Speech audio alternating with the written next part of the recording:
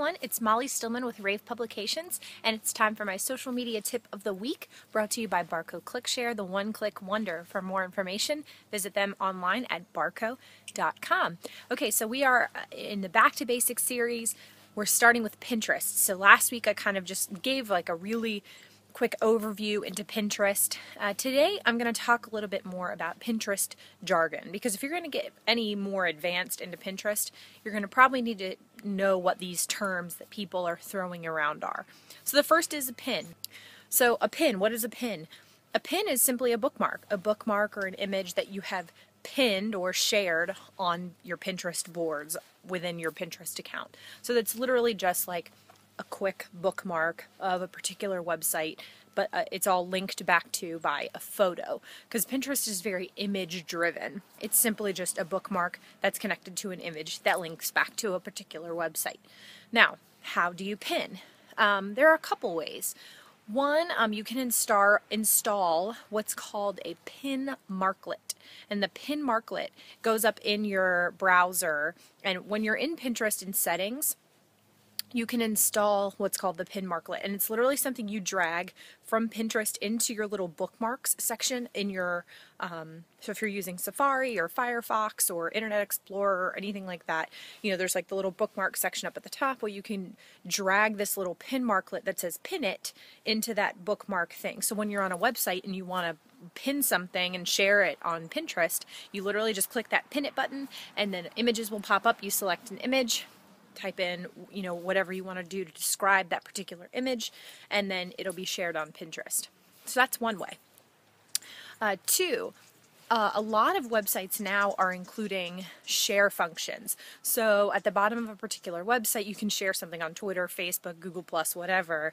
Well, now there is a lot of times a pin it button included on a particular website. So you can just click that pin it button, and it does the same thing as the pin marklet.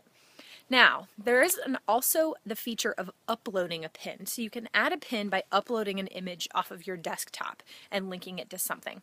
Now, although this is available and although you can do it, I actually do not recommend pinning this way. And the reason I say that is because if you want to bookmark something, then odds are is you'll be able to find an image on a particular website you want to bookmark that will link back to that website.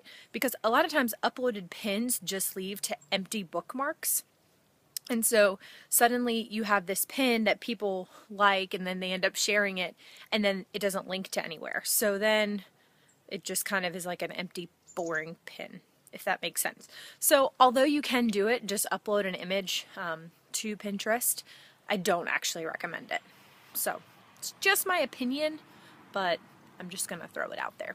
So that's the first thing, pinning. The second thing, repin. What's a repin? A repin is just like a retweet or a share on Facebook. It's Pinterest's form of sharing a pin. So if you are in the Pinterest interface and you see a particular pin that you like, when you hover over that image, there will be a little box that will pop up that says repin. You just click that box, and then you're able to type in any more text that you want to add, and then that pin is then shared onto your boards. So that's another way of sharing and kind of making things go viral within Pinterest. And then right next to that repin section, you'll also see a little button that says love or like, I think.